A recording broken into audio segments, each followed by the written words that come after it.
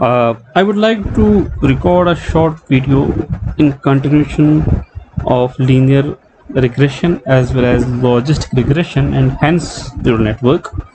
It's called a regularization, which we have dealt already in optimization as Lagrange multiplier. What does it mean? So let's first consider our setup.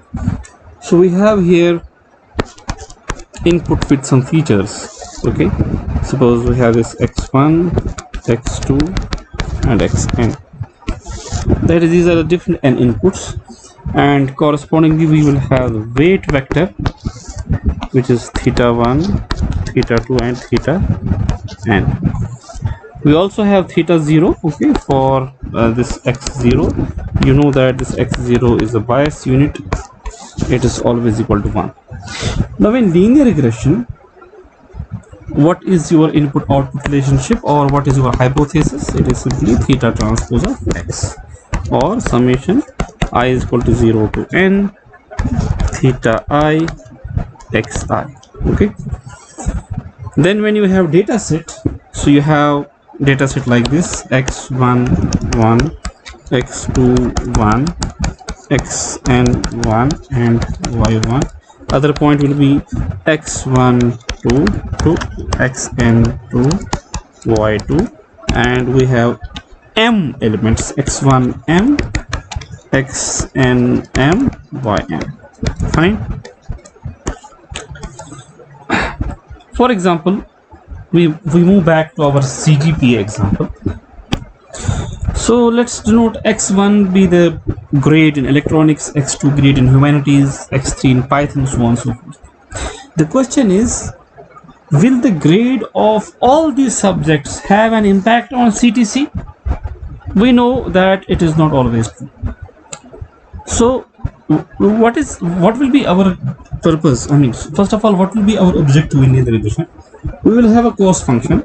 So this h theta of xi, okay, so this is the estimate of our CTC, minus yi is the true CTC based on the training data set, square summation I is equal to 1 to n 1 by 2. This is our cost function g of theta, right?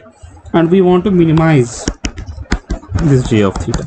You have already done it. But now what we want to do, we want to minimize it, but we want to put a constraint. The constraint should be such that which should make the algorithm in some sense give importance only to those subjects which really impact the CGPA. How to tell that?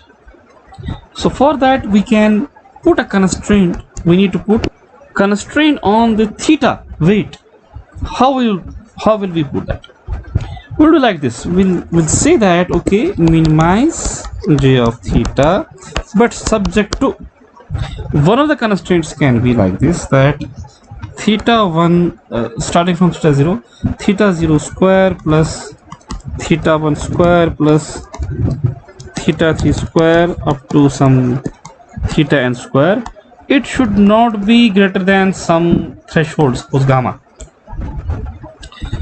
Now the value of gamma will depend upon what is the maximum value weights can take. Now we can easily normalize. If we divide both sides by gamma and then redefine the weights, then we can write like this: theta 0 square plus theta 1 square plus theta n square is equal to 1. Okay, this does not change the story. We are basically normalizing. So if you just divide both sides by gamma and then define, suppose this is theta dash, then define theta dash theta naught square dash by gamma as theta naught square, theta 1 dash by gamma as theta 1, so on and so forth. So this puts a constraint on theta. We have a shortcut notation for this. So if you denote by theta bar as a vector, theta 0 to theta n, then you can see by definition that this is L2 norm.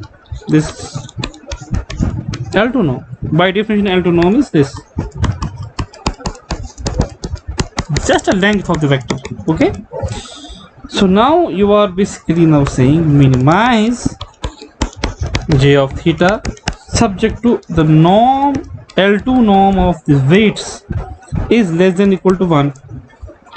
Now how to solve this using the optimization? You know that you need to define the Lagrange multiplier. So we now define j of theta as, so first of all, what is the cost function without constraint? It is h theta of x minus yi whole square, like this. Now you have to put the constraint like this.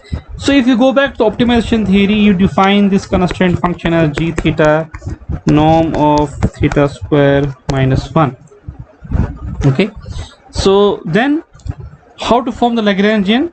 So you can write plus Lagrange multiplier lambda times norm of theta square minus 1. Fine. And what is the solution for this? Later on you will basically differentiate this, or you will find the gradient of this. When you will differentiate this lambda times norm x theta square, this will be one term and minus lambda. See, the derivative of this term lambda depends only on derivative of the norm, right? Because you are differentiating with respect to theta, so this lambda term will go. So you can then redefine the cost function in this way: j of theta is equal to 1 by 2m summation I is equal to 1 to m h theta of xi minus yi plus lambda times norm theta square. You see what is the source of this term? The source is, we are basically putting a constraint on theta that it should not exceed some value. In machine learning jargon, or in general computer science jargon, we call that we are regularizing the problem, and this lambda is having a name called regularization parameter. Okay, so this particular linear regression problem, where we put this constraint on the L2 square norm of weights, is called a ridge regression. What will be its impact? Those input features which are not having impact on output will be ignored. Their weights will be given less weights. And for CGP example, those subjects which do not impact the placement will be given least weights. But now if you want to be more conservative, that not least but rather it should make the weights equal to 0, then there is one more way. We can have a constraint like this, that mod of theta 0 plus mod of theta 1 plus mod of theta 2 plus mod of theta n magnitude is less than equal to 1. So what is this norm? This is nothing but L1 norm. Okay, it's L1 norm. So L1 norm is by definition I is equal to 0 to n mod of theta I. Okay, and if you put L1 constraint, then the minimization problem becomes, your cost function becomes, cost function is equal to this mean squared error plus lambda times L1 norm of theta. So if you see a mod of x function is like this. If you see x square function like this. X square is very smooth at the minimum value, whereas mod of x is not smooth. It has an abrupt jump. Its impact will be those features which will not be important. Suppose x2 is not important, so it will enforce theta 2 to be equal to 0. So it will only select those features which are really impactful on the output. In the example of CGPA, it means that it will only select those subjects, it will give weights to only those subjects which are having impact on the output, thus on the average CTC. And hence we say that this technique, where we use L1 norm on weights, this is also called LASSO regression. LASSO is full form of least absolute shrinkage and selection operator. Okay, and since it selects only principal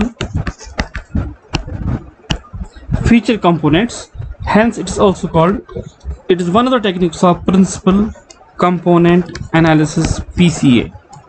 This is a very important technique.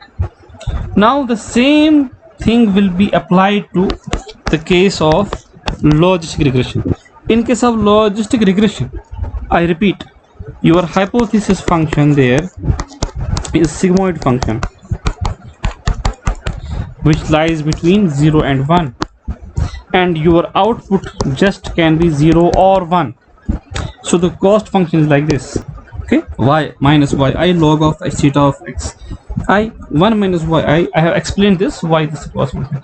Now if you put regularization on the L2 norm, so then we need to add this lambda, which is actually a Lagrange multiplier as a constraint, but which we call as a regularization parameter times norm of, right?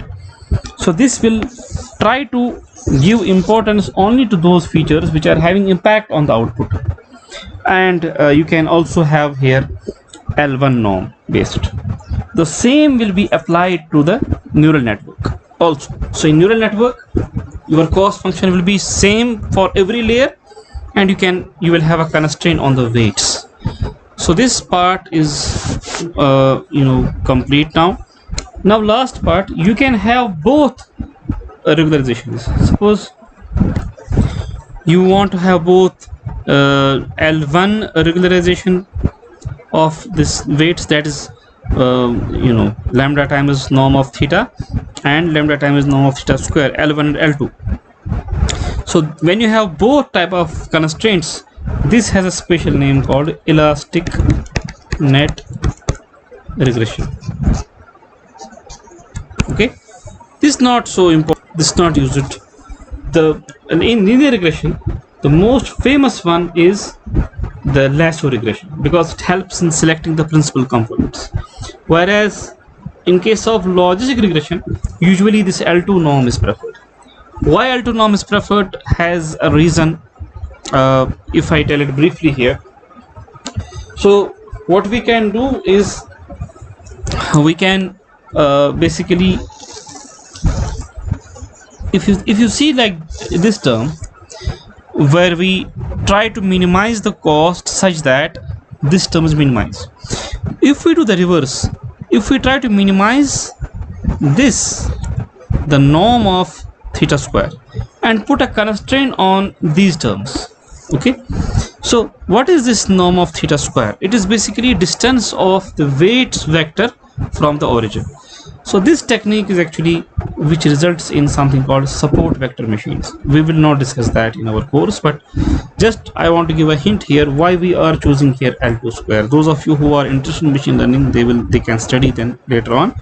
So support vector machine arises from logistic regression. That is why I repeat, logistic regression is very important. If you understand it, it forms the base of neural networks as well as support vector machines. So this is the end of this.